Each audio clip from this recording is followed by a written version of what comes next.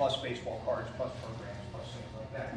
So they all can't be displayed, but you know, so we're getting along with that. I'm going to go through where the museum is currently, where it's headed, and things like that. But I think you would probably prefer for me to use some of these artifacts to tell you a few stories.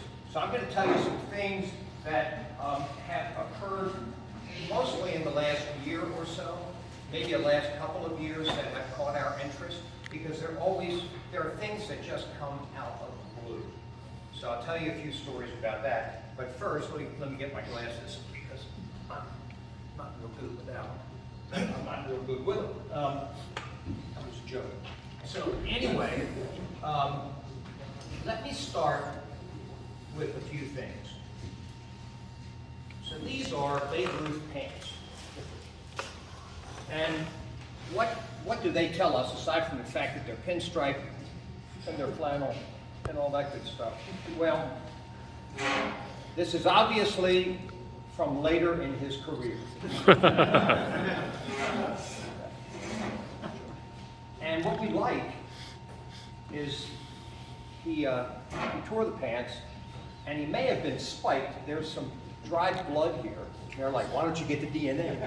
Check it out. Well, we haven't done that yet. But anyway, these pants have been with us for a little bit now. But also, something that we have come to know over the years is that every garment that this man wore, kind of like Cal Ripken today, Cal he identified all of his uniform parts and things, jock straps. You always knew it was Cal's. But Ruth, he always put his name on his stuff. So the pants tell the story, you know. We have a great photograph of Babe Ruth sliding into third base. And coupled with the pants, you get it, you know. He ripped the pants, sliding into base. So that's really good. Another Babe Ruth item. This is so cool. We don't know these things exist. I will pass this around, and I will be watching. This is the first business card, we think, of a professional athlete. And it says, Boston Red Sox, George Babe Ruth, ERA leader, 1915, 1916, World Series champs. It's a business card. Amazing stuff. We have not, anybody ever seen one of these earlier than this or anything? So anyway, take a look, pass it around. Matter of fact, you're a good man, you talk with, so you keep an eye on that. Coming after you. All right. Okay.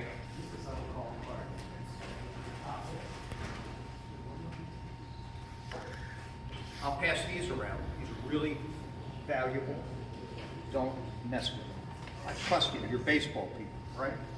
These are Ted Williams' last two contracts with the Boston Red Sox. One is dated May 27, 1955, and it carries for the 56-57 season, and he gets paid $50,625, and in the first year and the second year, $37,968.75. I don't know what they were thinking. But then he signed one on February 5th, 1958. Now, he retires in 1960. And so for the year 1958, he's going to get $60,000. Something good must have happened in 57, right? That he bumped back up. And then in 59, he's going to get $60,000. And for each of the years, 1960 through 74, he's going to get paid $13,800 a year. So they spread out his money and stuff like that. Why do we have these? Well, he's in the 500 home run club. That's a connection to Babe Ruth, right? So that helps. There's also another story. We had a pitcher here in Baltimore by the name of Fat Jack Fisher. Fat Jack Fisher, I interviewed at his Pennsylvania home last year. We didn't do a virtual interview. We went to his home, we filmed him. He's a great guy. He's older than most all of us. And he gave up Ted Williams' last home run in 1960 in Boston. Ted went on the road, the Red Sox went on the road to Yankee Stadium for a 3-game series to end the year. He said he told the manager before the last game in Boston, I'm not playing in New York, I'm gonna end it here. And he hit a home run, which is last at bat, I think. So that's really cool stuff. But I'm gonna pass around one. I'll pass around the last contract of Ted Williams. So you take a look at that. You're in charge of that one, be careful. I've got, I think, yeah. This is a two-part story. Now you're gonna get part one, and part two will be fun for you when you get it. Take a look at this. This is an official notice of disposition of players' contract and services. And it says, your contract has this date. This is May 3rd, 1968. You have been assigned outright to the San Antonio Baseball Club of the Texas League. This player, Major League career, has just ended. And it's Don Larson, the guy who threw the perfect game, right? So Don Larson was on the original Orioles team in 1954. He got traded after the 54 season along with Bob Kelly to the Yankees, where he had a couple of good years and went into the history books because of that. But remember Larson. I'm going to come back to him later.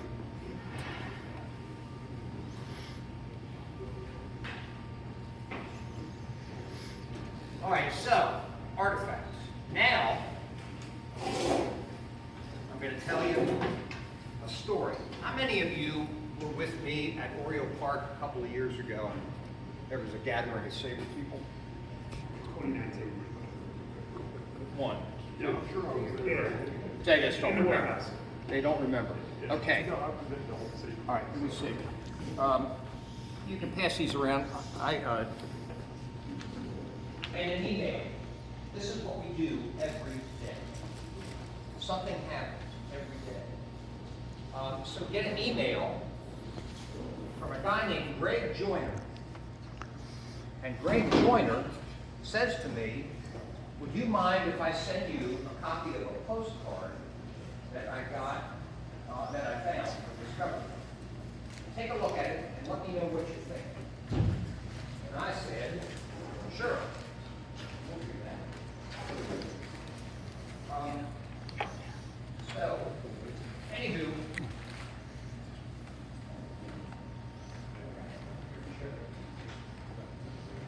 so Greg Joyner sends me what you're looking at.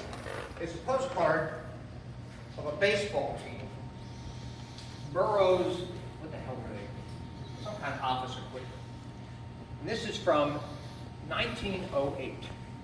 And he said, look at the man in the second row, left of center, or if you're looking at the picture, and tell me that that's not Babe Ruth. Babe Ruth, born in 1895, 1905 he's 10, 1908 he's 13 years old. And I looked at it and I said, that's Babe Ruth. And he said, thank you. I'll get back to you. So what he did was he researched every face in that postcard, and he found a famous St. Mary's team photograph with Babe Ruth with the catcher's mitt and all that stuff. And he identified, facially identified, about 10 kids in this postcard that you're looking at who were from St. Mary's Industrial School. And they are in Detroit playing in a manufacturer's league. The guy in the center of the picture in the back is Brother Matthias. And he said, that's Brother Matthias. I said, Brother Matthias is 6'4". This guy's like 5'10", and he says he's not standing on the riser. Look at his feet. I went, it's Brother Matthias. I'll be with you. You know, so outcome, nobody knows this story. Jane Levy, how many of you read the book? It's good, isn't it? She spent like a zillion years in our archives, just going through things, our thousands of hours of interviews with people who were dead and who knew Babe Ruth and stuff. But Jane had no idea about this 1908 excursion.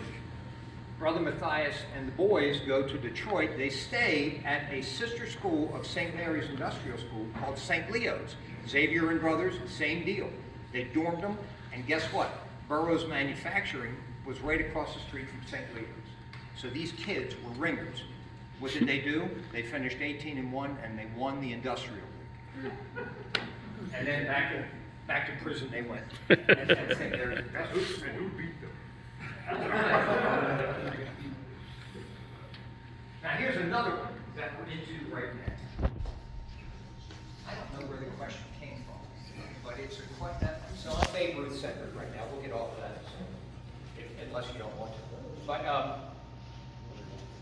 so Babe Ruth, as you see from the business card, he's ERA leader, right?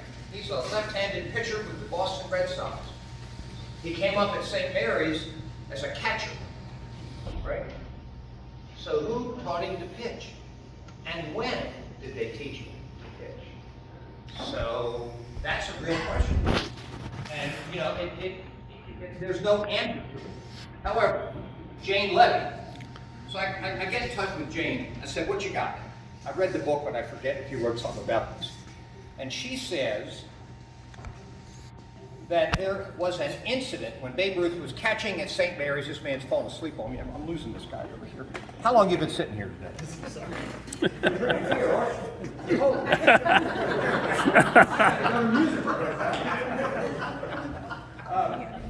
So anyway, she says that Ruth is catching a game at St. Mary's, so it's inter-squad. I mean, it's one St. Mary's team against another. And Brother Matthias is kind of like watching the game, and Ruth is complaining that the pitcher can't throw strikes or something. And Matthias says, well, then you get out there and you see if you can do better. So he dared him to go out, and Ruth goes out, and he pitches, and that was the end of that. So he did well. The only other thing that she's got that refers to Ruth as a pitcher is that there was a kid named Myers Christian from Pennsylvania. And when he was 12 years old, he went to St. Mary's for 6 months. And we don't know when that was yet. Remember that name? Christian? No, Myers Christian. Myers Christian. Go find me something on Myers Christian. That'd be great. This is a brand new story, so we haven't had time to really investigate.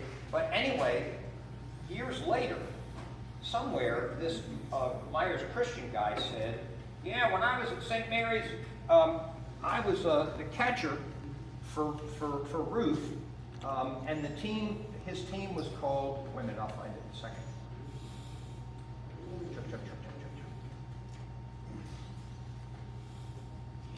The third dormitory team. That was the team. He said, I caught Ruth for the third dormitory team.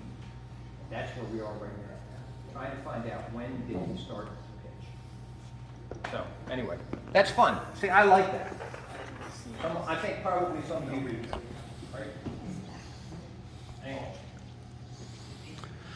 Now I've got one more. I'm going to hand out one more thing. This really gets me going. Peter, why don't you hand these things out? Hand that. So the Baltimore Sun has followed the American League Orioles, but they all Orioles. They followed them forever. And so there is, we have boxes of Baltimore Sun writers, beat writers, stories. They're amazing things.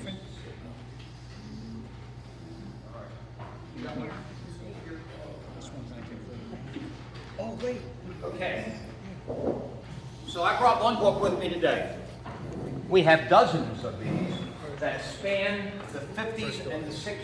We have the scorebook from Brooks Robinson's first game in the majors. Really good stuff. But this one, what you're looking at, this is what they look like. Every page is stocked with baseball history. It's all here. These guys are meticulous. They tell you the weather. They tell you the attendance. They tell you everything. So this book is by Jumbo Jim Jim Ellison, and he wrote for the Baltimore Evening Sun. This book begins on March 6, 1954, and ends on July 15th, 1954. So you see, every page, they got the stuff. So he starts in spring training in Mesa, Arizona, against the Cubs. That's the first reporting we got. That's probably the first game the American League Orioles ever played. But then we get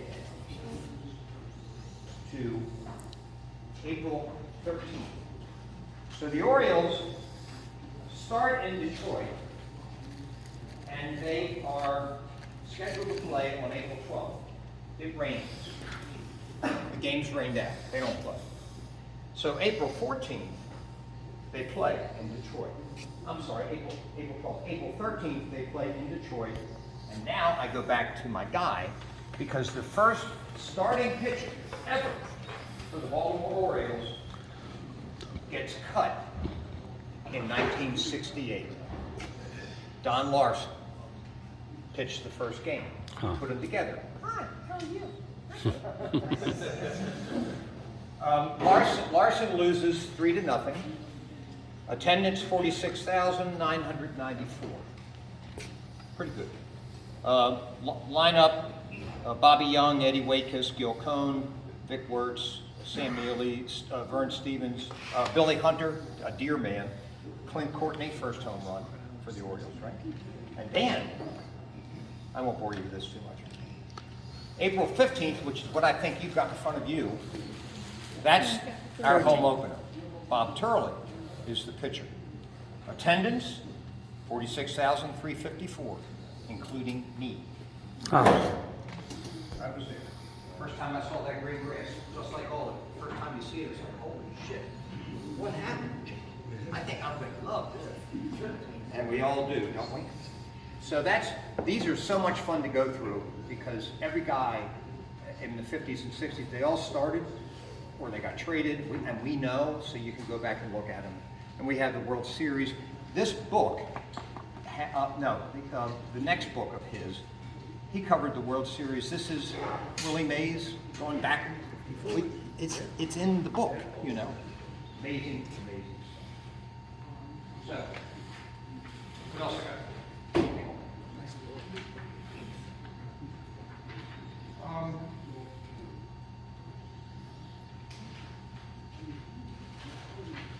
Okay, now I'm going to talk to you about where we're headed. And a quick note, how many have been to Sports Legends Museum? Okay, thank you. Well, so we had a rent dispute with the Maryland Stadium Authority. We were paying $17,000 a month in rent. This can never be published, and if you're a writer, don't publish it or I'll kill you. But we found out that no cultural institutions in the state of Maryland were paying rent except the National Aquarium, which was paying $1 a year. The Babe Ruth Birthplace is a not-profit cultural, owned by the city of Baltimore. We don't pay rent. Nobody pays rent. So we went to the Stadium Authority and said, we'll give you $10,000 a month, because above that, we can't sustain ourselves. This is several years earlier. And a deal was cut with Governor O'Malley agreeing to this. And then the governorship turned over, and they went, the deal's off. And we left. So anyway, with that said, with COVID, I think, behind us, and we're going to be building another Sports Legends Museum. We have a huge collection, and it needs to be out there, right? So that's the goal. I don't know if I'm going to be around to finish it. We'll see, you know? We're old. I'm old. Yeah, what? I hate to say it. I jumped the, I didn't tell anybody, 17,000. But, sure, I looked up Black Cigar, and I know Aaron's story. And he's still in these. Why does Baltimore paint the benches with the greatest and all these questions about Baltimore? Yeah. Why is there a statue of Simon Bolivar right. And so I said, why in the hell legends.